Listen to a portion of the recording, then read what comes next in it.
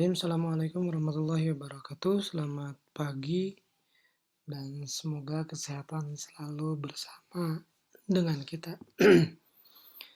Baik, pada pagi hari ini kita akan melanjutkan perkuliahan setelah kemarin hari Jumat kemarin libur ya. Kita akan lanjutkan mata kuliah teknologi penyimpanan, pengemasan, penyimpanan, dan distribusi dengan fokus bahasan mengenai penyimpanan. Kita akan mulai dengan tematik komoditas yang disimpan, yaitu yang pertama adalah biji-bijian. Kita akan membahas bagaimana kalau kita sebagai pelaku agroindustri akan menyimpan produk biji-bijian. Karena ketika sudah ada aktivitasnya setelah panen, yaitu pasca panen, itu sudah masuk dalam ranah agroindustri atau ranah kita. Oke. Nah,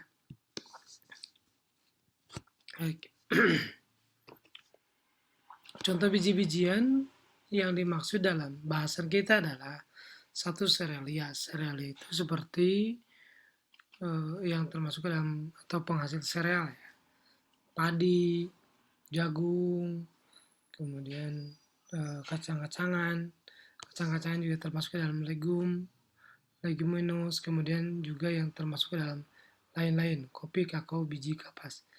Biasanya biji-bijian itu yang termasuk ke dalam biji-bijian dalam bahasan penyimpanan adalah barang-barang atau komoditas agroindustri yang mempunyai sifat seperti larutan, jadi fluidized. Artinya fluidized itu seperti fluida. Kalau beras kan kita simpan walaupun tidak seperti fluida betulan yang akan sama pada berjana berhubungan misalkan, tapi akan seperti fluida yang semi mengalir. Kalau disimpan tidak dibatasi dinding, dia akan bergerak ke tempat yang lebih rendah, jadi semi mengalir ya. Itu yang disebut biji-bijian. Nah, karakter penting yang menjadi fokus kita dalam menyimpan biji-bijian pertama adalah kadar air. Kadar air dari biji-bijian tersebut. Kalau kadar airnya tinggi, biasanya maka kemudian biji-bijiannya akan tumbuh kalau lembab ya. Jadi untuk mencegah itu kan kita tidak mengharapkan biji-bijian tersebut tumbuh. Yang diharapkan adalah kita dapat menyimpan biji-bijian itu selama mungkin. Kalau kita tujuannya untuk menyimpan ya, untuk digunakan tahun depan, misalkan untuk dikonsumsinya kapan-kapan lagi, bukan sekarang. Misalkan ketika terjadi musim panen raya, ketika panen maka jumlah panen meningkat, konsumsi tetap, maka kita butuh untuk menyimpan karena kita tidak tahu musim depan apakah panennya akan sama banyaknya atau bahkan lebih kurang.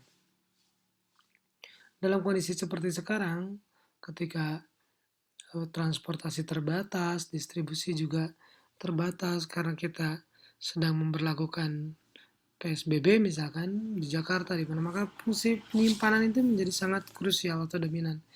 Aktivitas ekspor impor akan sedikit banyak terhambat, sehingga memang mau tidak mau kita harus mengandalkan penyimpanan atau komoditas yang sudah kita simpan pada masa-masa sebelumnya. Berikutnya adalah daya tumbuh. Tentu kita akan melihat mana daya tumbuh yang cepat. Jagung dengan padi, mana yang lebih cepat tumbuh, misalkan.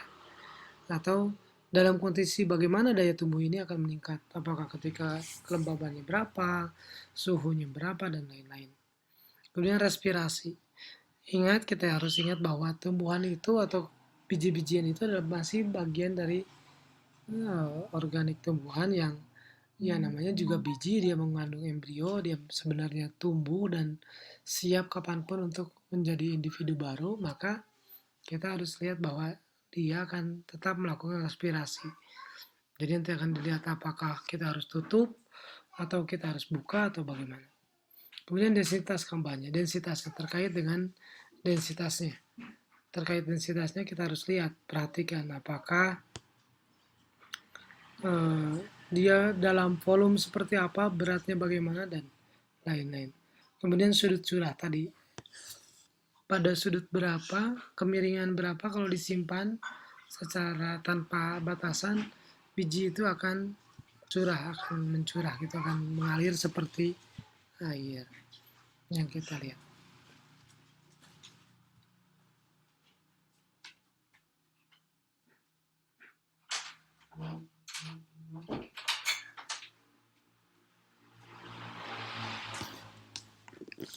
Kadar air yang diperhatikan adalah apakah activity waternya aman.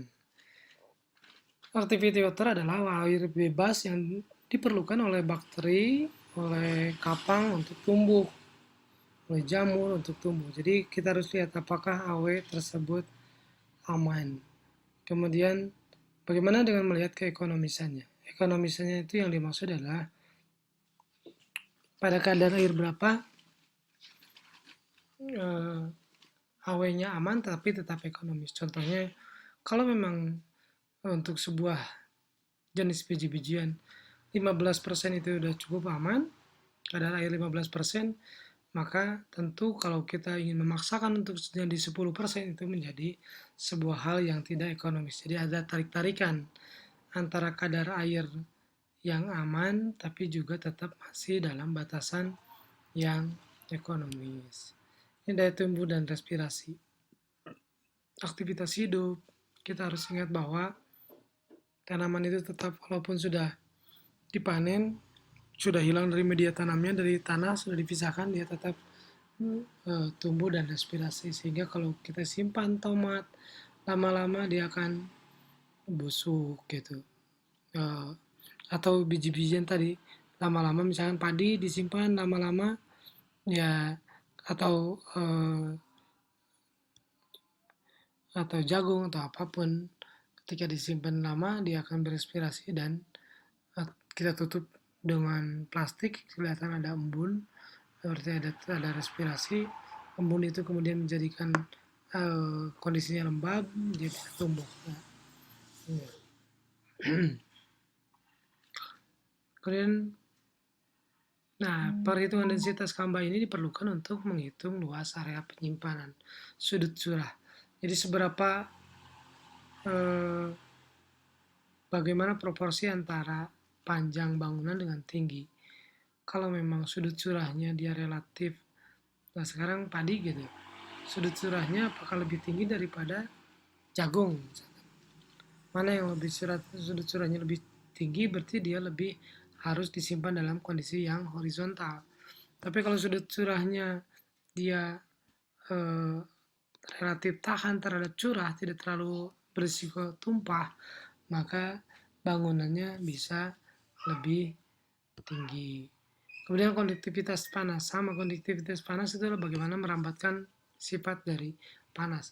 Kalau suatu jenis biji-bijian dia lebih cepat untuk konduktif gitu, menghantarkan panas, berarti dia tidak bisa dalam jumlah yang sangat dalam secara luas permukaannya tipis gitu, dia akan cepat untuk menjadi panas. Ini adalah contohnya. Beras soso itu densitas kambanya 800 kilo per meter kubik. Jagung pipil, sorghum, gandum, tepung kedelai, bunga cengkeh. Kita lihat. Ya. Yang paling tinggi adalah beras. Beras itu 800 sampai 900. Kemudian sudut curah nih, kita lihat nih sudut curah. Jagung pipil itu 27 derajat. Artinya lebih dari 27 derajat dia, kalau 30 derajat dia akan curah. Sorghum relatif aman, dia sampai 33 derajat dia tidak akan mencurah. Gabah 36. Nah, jadi yang paling di sini yang paling riskan untuk tercurah adalah jagung pipil. Mungkin selain bentuknya bulat juga secara densitas juga mempengaruhi, jadi dia lebih gampang untuk tercurah. Nah, kenapa disimpan? Karena biji-bijian adalah sumber pangan terpenting. Rata-rata makanan pokok kita adalah dalam bentuk biji-bijian tadi.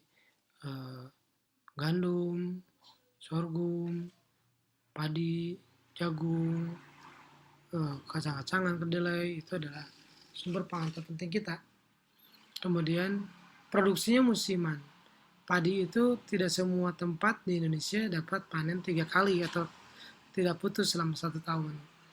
Bahkan beberapa itu hanya bisa ditanam hanya pada musim hujan atau mengandalkan air dari air hujan ya untuk irigasinya, sehingga hanya 1 kali dalam 1 tahun. Tapi walaupun memang penting, kita tentunya ada biaya yang harus dikeluarkan, biaya gudang, biaya buruh dan pengawasan, belum lagi kalau ada hama, ada tikus, belum lagi ada penyakit, ada jamur, kemudian juga ada los. Begitu disimpan pasti ada bobot yang susut ya, penyusutan. Kemudian adalah eh, tadi biaya, di lain biaya ini yang banyak ya, tentunya stabilitas supply dan harga. Jadi seperti di bulog itu menyimpan kan, membuffer ya, fungsinya bulog itu sebagai buffer, sebagai penyangga. Kalau lagi mahal dia akan lempar barang supaya barangnya kembali turun. Tapi kalau lagi tidak ada, maka dia akan kalau lagi panen raya dia akan menampung dan menyimpan. Jadi bulog itu lebih seperti buffer, makanya di mana-mana bulog itu pasti punya bangunan atau gudang penyimpanan yang sangat besar. Tujuannya adalah supply dan harga stabil. Kalau supply-nya selalu ada tapi harganya fluktuatif, nggak bagus. Harganya tetap tapi supply-nya kadang hilang juga tidak bagus. Ya, siapa yang menyimpan? Satu, petani untuk sementara, untuk benih, untuk disimpan pangan. Jadi misalkan petani, saya sendiri petani.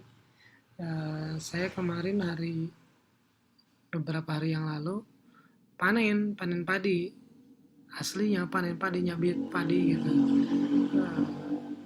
Kemudian ya tidak semuanya dijual, sebagian disimpan untuk dimakan pada berasnya. Jadi disimpan, ada gudang penyimpanan di rumah. Kemudian sebagian juga, walaupun ya lebih cenderung orang juga kadang beli benih yang dari pasar yang sudah sertifikat, beberapa juga memang dari panen sebelumnya, jadi disimpan untuk benih. Kemudian untuk tabungan, di mana ada butuh uang, ada kegiatan, ada acara, ada apa, ada hajatan, padinya kemudian dijual untuk tabungan. Kemudian untuk pedagang, untuk posisi tawar, misalkan pedagang dia punya stok beras atau padi 2 ton.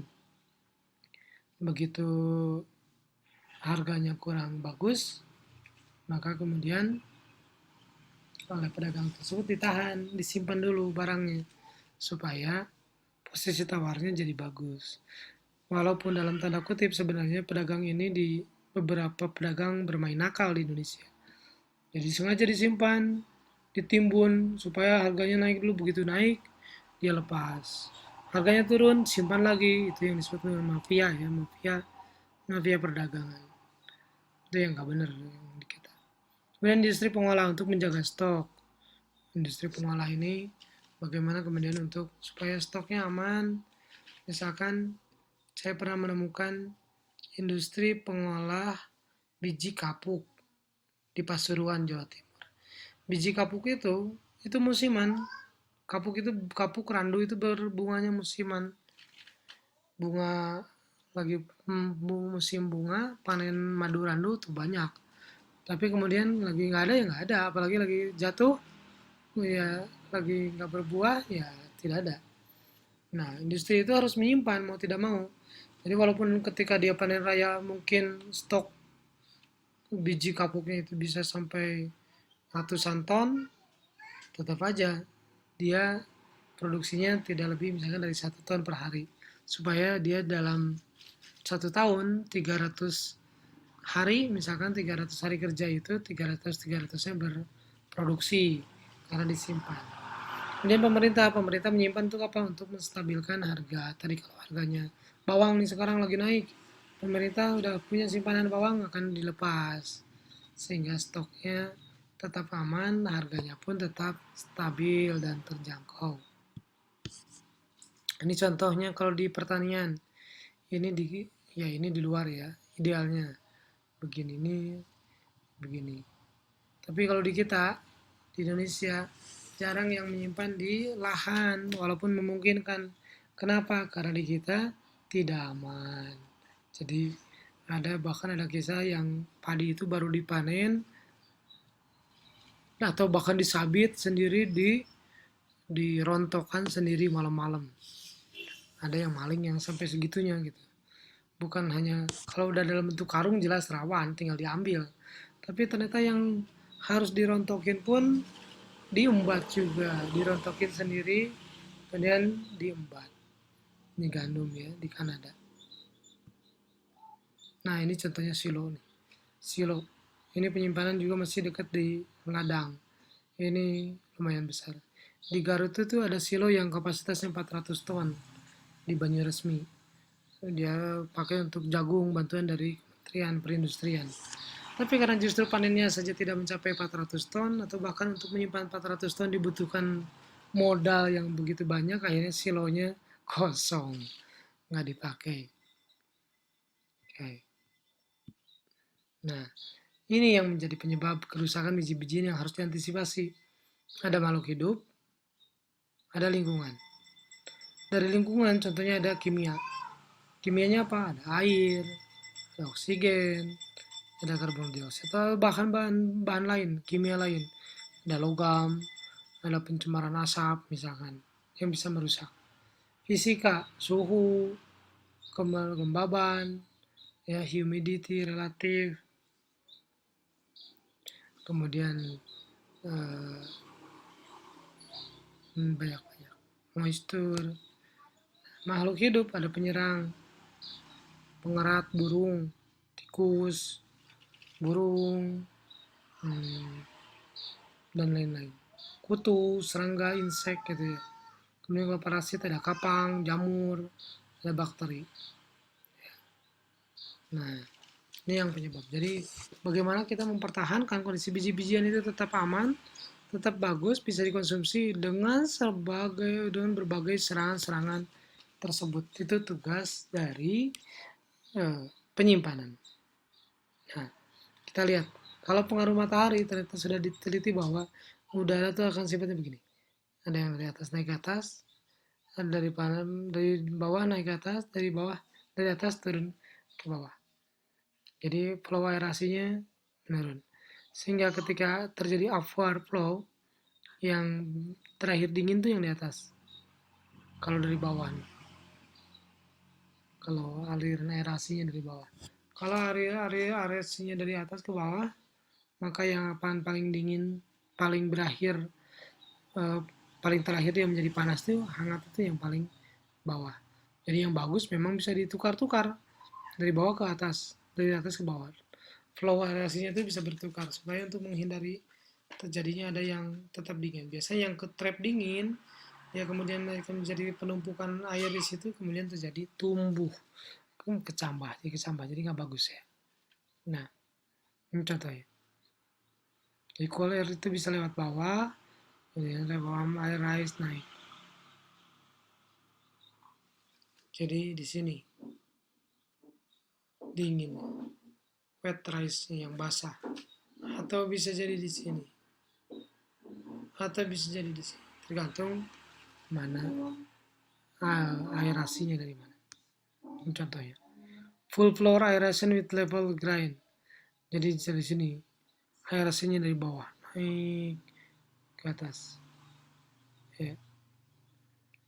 Kemudian ada yang full floor aeration with cone. Ini di bawah.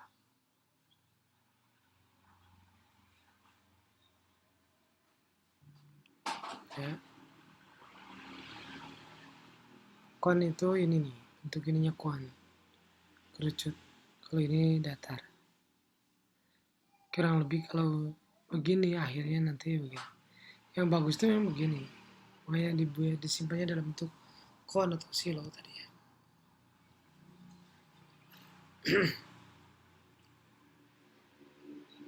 Ini sih ya perambatan aja perhitungan. Kalau aerasinya dari bawah tentu yang paling terakhir ya yang di ujung ya. Nah, kualitas biji-bijian harus selalu pantau standarnya sesuai dengan apakah sesuai dengan SNI atau ISO atau lain-lain. Kalau memenuhi standar harga lebih baik. Kalau beras misalkan beras terlalu basah, dia kan kalau terlalu basah itu beras nggak bisa digiling, makanya dan walaupun harganya walaupun bobotnya tinggi, kalau basah ya jelas eh, harganya akan turun. Jadi para pedagang itu udah tahu satuan karung segini itu logikanya berapa berat. Ya kalau tiba-tiba beratnya drastis, jangan-jangan memang basah. Kalau basah otomatis harganya akan diturunkan karena ketika dia sudah dikeringkan akan susut dan menjadi lebih ringan. Kalau terlalu kering juga tidak bagus. Kalau beras itu terlalu atau padi itu terlalu kering, maka ketika digiling berasnya akan bubuk, akan pecah. Dan itu pun mengurangi harga. Jadi harga yang bagus itu di pasaran adalah beras kepal. Beras kepala itu jadi beras yang utuh gitu, panjang utuh, tidak patah. Padahal sama-sama aja ya, udah dikonsumsi dikunyah-kunyah juga. Oke. Kemudian ya ada kelemahan juga penggunaan standar. Bisa jadi standar kita yang lokal itu tidak diterima di negara lain. Kualitas biji-bijian itu bisa dibedakan dari kualitas intrinsik atau kualitas yang bisa kita atur. Warna, komposisi kimia, densitas gamba bisa jadi lebih cenderung bawaan dari beras. Tapi umur simpan itu bisa kita induksi, bisa kita atur.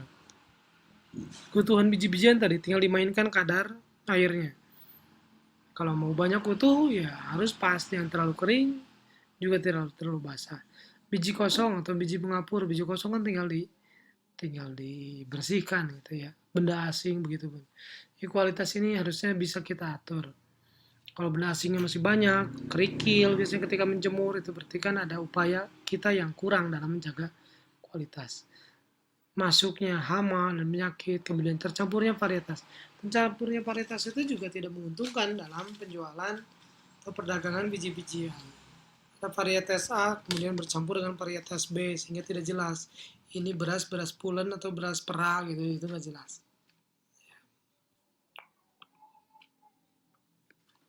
Nah, ini contoh standarnya biji-bijiannya.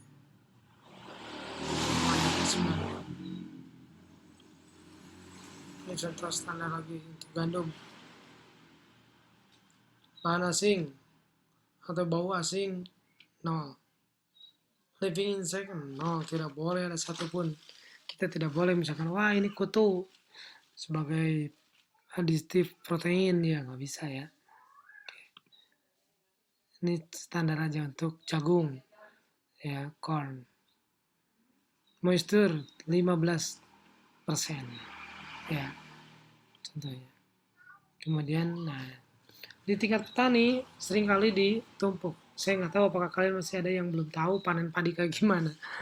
Jangan-jangan masih banyak yang nggak tahu panen padi. Jadi contohnya di area storage, di area kalau biji misalkan biji padi ya masih ada skamnya. Atau kalau tradisional, kalau kalian pernah nonton video yang Cipta Gelar itu, ya dengan tangkainya biji padi itu disimpan. Kalau jagung ya dengan tongkolnya, dengan cangkangnya, kemudian diikat, digantung, bisa di luar, bisa di dalam bangunan. Atau ditumpuk di tanah sementara, atau lantai jemur, atau ditumpuk di atas dasar kayu, jadi alat bawahnya di alas kayu. Itu biasanya sederhana, itu sementara. Tapi kalau dengan tongkol dan storage itu kalau bukan di area tapi di bangunan itu bisa untuk penyimpanan waktu lama, bisa bertahun-tahun. Bisa untuk tahun berikutnya bahkan 2 tahun tuh bisa kuat, masih kuat. Padi, beras, padi kemudian jagung itu bisa bertahun-tahun disimpan dalam bangunan tertutup misalkan. Tidak ada hama, terjaga dari hujan. Ini kalau untuk lama di keranjang bambu, digentung wadah, di gerabah, atau di bawah tanah, di gudang ya. Kalau alternatif di karung, alternatif itu ya kadang bisa untuk sementara, bisa untuk lama. Dalam drum plastik atau logam, dan berbagai tipe solid wall bin yang lain. Aerial storage itu tidak cocok untuk penyimpanan yang terlalu sedikit atau terlalu banyak. Cuman satu bakul gitu disimpan di kebun kan nggak bagus. Atau terlalu banyak, satu kebun penuh untuk disimpan, ya nanti susah untuk pengendaliannya terhadap ini, tidak memberikan perlindungan terhadap iklim, hama dan pencurian. Susah gitu ya. Terlalu sedikit gampang dicuri, satu karung disimpan ya diambil orang. Nah, ditumpuk atau di tanah hanya untuk inline proses atau in proses, menunggu proses atau nunggu transportasi tidak dapat diangkut sekaligus, maka kemudian sambil nunggu giliran diangkut disimpan. Nah, kemudian ditumpuk di atas dasar lantai kayu biasanya untuk di dalam bangunan, ya, dapat dengan dilengkapi dengan pemanas udara. Nah, atau dikasih keranjang bambu atau rotan lumbung, misalkan eh, di leuit kalau bahasa Sunda ya, ada leuit di lumbung atau di wadah gerabah. Nah, dari serangga dari iklim aman, tapi kalau biji yang kering dapat tahan lama. Nah, cuma saya kalau basah ya tetap tidak terlindungi ya. Oke. Kalau di bawah tanah, membeli perlindungan dari serangga dan pengerat aman. Kalau tertutup, betul-betul tertutup. Konstruksi lebih murah karena memang tidak hanya modal di tembok aja, pinggir-pinggirnya udah biasa. Suhu penyimpanan konstan, tapi tidak nampak sehingga aman dari pencurian. Ini kacau nih, kita banyak pencuri ya.